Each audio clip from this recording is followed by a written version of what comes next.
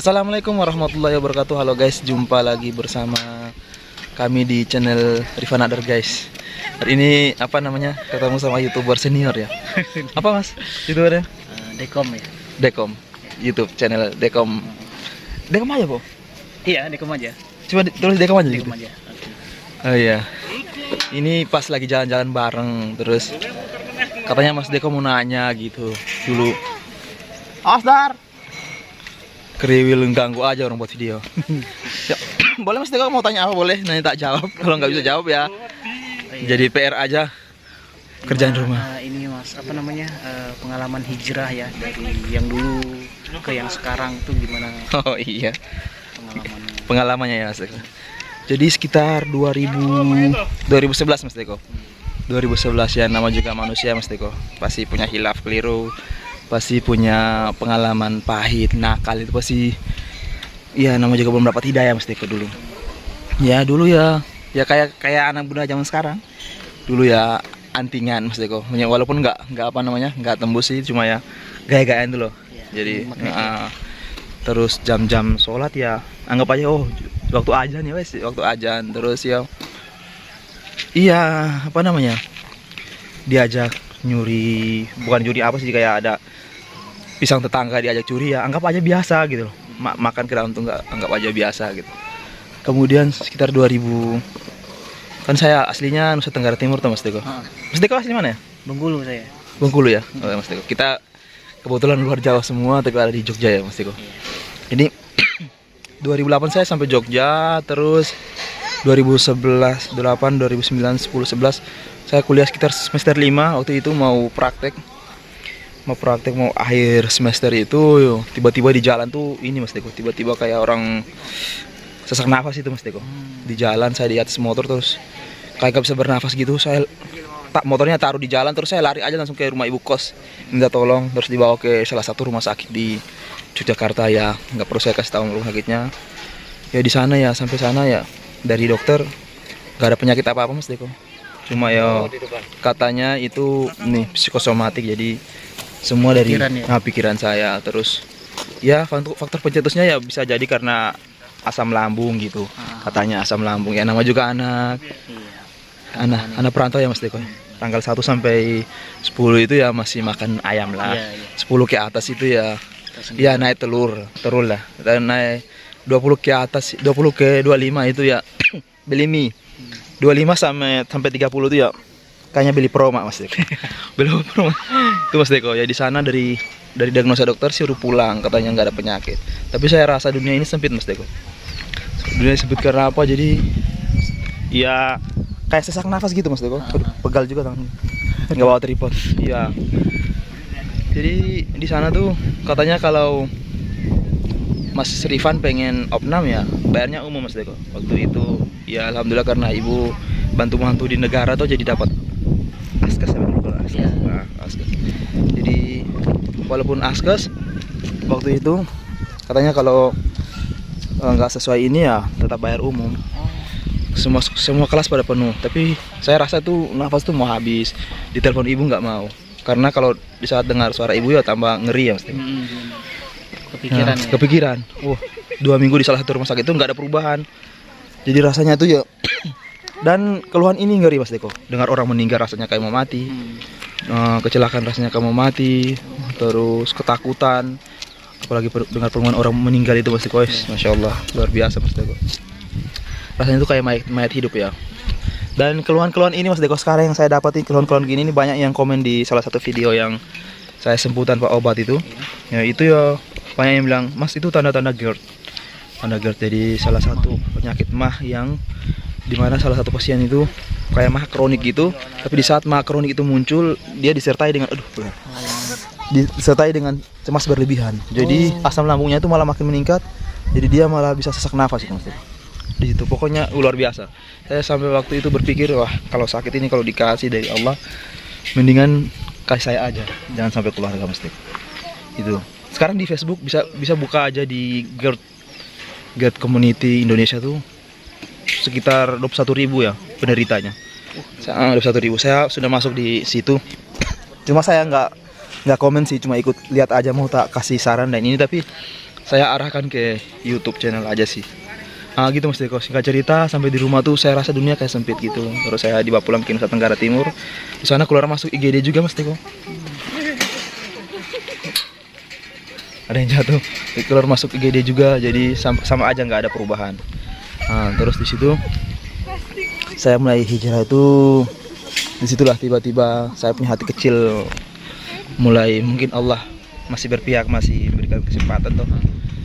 Suatu malam tuh saya, ya bukan ria ini, bicarakan pengalaman, bangun untuk sholat tahajud, saya menangis yang luar biasa. Ya Allah, jika Allah masih sayang sama saya, izinkan saya untuk hidup, biar saya bisa rubah diri di sana, bahkan dengan bisa merubah orang-orang di sekitar. Dan alhamdulillah setelah saya sholat itu, menangis dalam sujud, bangun itu langsung Allah tunjukkan setengah sadar. Ya Allah, entah yang mau percaya atau enggak, ini memang kisah nyata yang saya ceritakan. Ya kayak di salah satu sisi saya di jalan bagian kiri, terus kayak ada para ulama itu, para ustadz gitu tarik saya dalam satu barisan gitu, terus saya sadar gitu. Dan besoknya itu ada dua orang ustadz mampir di rumah. Pada waktu itu rumah saya tertutup Mas Deko. Ada pengalaman masuk ke rumah itu salam, mereka ke situ cuma mampir, katanya mereka mau lewat, tapi rasa ingin mereka tuh pengen mampir rumah saya tuh. Ya rumah di NTT lewat, masih dibuat dari apa gitu. Ya karena saya lagi makan sama keluarga, mereka tunggu. Setelah itu mereka bicarakan, kok Allah gerakan hati mereka untuk hari ini mampir di rumah ini karena kenapa? Ternyata itu karena saya sakit, itu Allah kirim mereka. Disitulah saya mulai dikasih tahu, sebagai seorang muslim itu carilah pertolongan Allah dengan sabar dan sholat. Dari situ saya mulai hati kecil bergerak, berarti mungkin ini jalan kesembuhan saya, itu kembali sama Allah. Terus Mas Deko, dari situ saya mulai hijrah. Bukan berarti hijrah terus saya fanatik, enggak. Saya berusaha untuk satu tingkat lebih baik dari sebelumnya. Itu sih, bukan berarti saya menganggap rendah yang lain, enggak. Cuma saya ya kayak gitulah Mas Deko. Untuk apa sih setelah saya sakit itu, kayak mayat hidup kan? Apa sih tujuan kita hidup ini? Apa sih tujuan kita cari rumah, cari mobil, cari motor, cari perusahaan? Apa sih? Semuanya nggak bakal dibawa mati. Kata Kiai Haji Ahmad Dahlan itu, kain kafan tuh nggak ada sakunya. Jadi kita pergi itu ya kan kain kafan tuh nggak bakal isi uang dalam saku. Itu ibarat kata-kata kayak Haji Ahmad Dahlan. Ya Mas Deko, cuma itu sih yang saya dapat, dan pengalaman gue banyak banget yang saya dapat setelah hijrah itu. Sampai saat ini masih ada ya Mas? Masih ada apa Mas Deko? Maksudnya pengalaman gaib kayak mungkin dimimpin dari yang dulu atau apa gitu? Oh, dulu yang awal-awal mau hijrah tuh banyak Mas Deko. Sampai salah satu saat itu saya pas bangun sholat subuh itu, lisan saya tuh keluar bicara sendiri, as-sholat as-sunnah ar-rijlun, as-sholat as-sunnah ar-rijlun. Itu sampai bukan sistem motorik yang menggerakkan, tapi lisan ini gerak sendiri sampai sholat azan subuh baru berhenti. Dan demi Allah, demi Rasulullah, ya itu yang saya rasakan sih. Yang ini kisah ini kalau saya ceritain kadang tuh saya rasanya pengen nangis Mas Deko, karena saya merasa tuh saya ini orang paling kotor, orang paling hina dan banyak dosa. Tapi Allah Subhanahu wa taala tuh masih pandang saya, maksudnya masih memberikan kesempatan supaya saya bisa menunjukkan hal-hal gaib seperti itu. Okay. Kayak gitu sih. Dari situ ya dengan otodidak aja itu saya mulai menggeluti dunia kayak bukan membantu orang kayak ruqyah, ruqyah syariah ya, yang membacakan ayat-ayat. Bukan berarti ruqyah ada kan ruqyah yang kita nggak tahu ya. Ini ruqyah yang kita baca Al-Quran kan nur toh Mas Deko, cahaya. Kalau kita baca di dalam diri orang tuh, kalau ada sesuatu yang kotor pasti keluar. Itu yang saya geluti. Itu nggak saya ini sih otodidak, karena saya belajar di pengalaman toh. Ya itu juga sebagai petunjuk juga sih. Iya, karena memang kalau ruqyah itu nggak sembarang orang juga gitu. Kadang kita sendiri juga kalau mau ngeruqyah orang itu nggak bisa gitu, tiba-tiba langsung jinnya langsung keluar atau menurut sama omongan kita, kadang nggak bisa. Benar. Dan itu dari 3 kalimat itu, as-sholat as-sunnah ar-rijlun itu, as-sholat ya saya kurang terlalu fasih dalam bahasa Arab sih. Tapi as-sholat ya pasti ya itu tentang sholat pasti. As-sunnah ya pasti tentang sunnah. Terus Mas tahu arti dari kata itu dari mana itu, Mas? Itu sempat sholat as-sunnah Ari Julun tuh ya kurang lebih ya dulu kecil kan pernah bahasa Arab juga tuh, kuliah bangku kuliah ada. Tapi yang salah satu yang terakhir nih Ari Julun. Ari Julun ini sampai saya sempat tanya-tanya ulama di Nusa Tenggara Timur, di NTT, ya banyak yang nggak tahu sih. Tapi setahu saya Ari Julun itu kaki. Kaki kalau nggak salah loh, subscriber. Ari Julun itu kaki yang berarti bahwa menuju kaki itu mungkin menuju Sholat ke ya.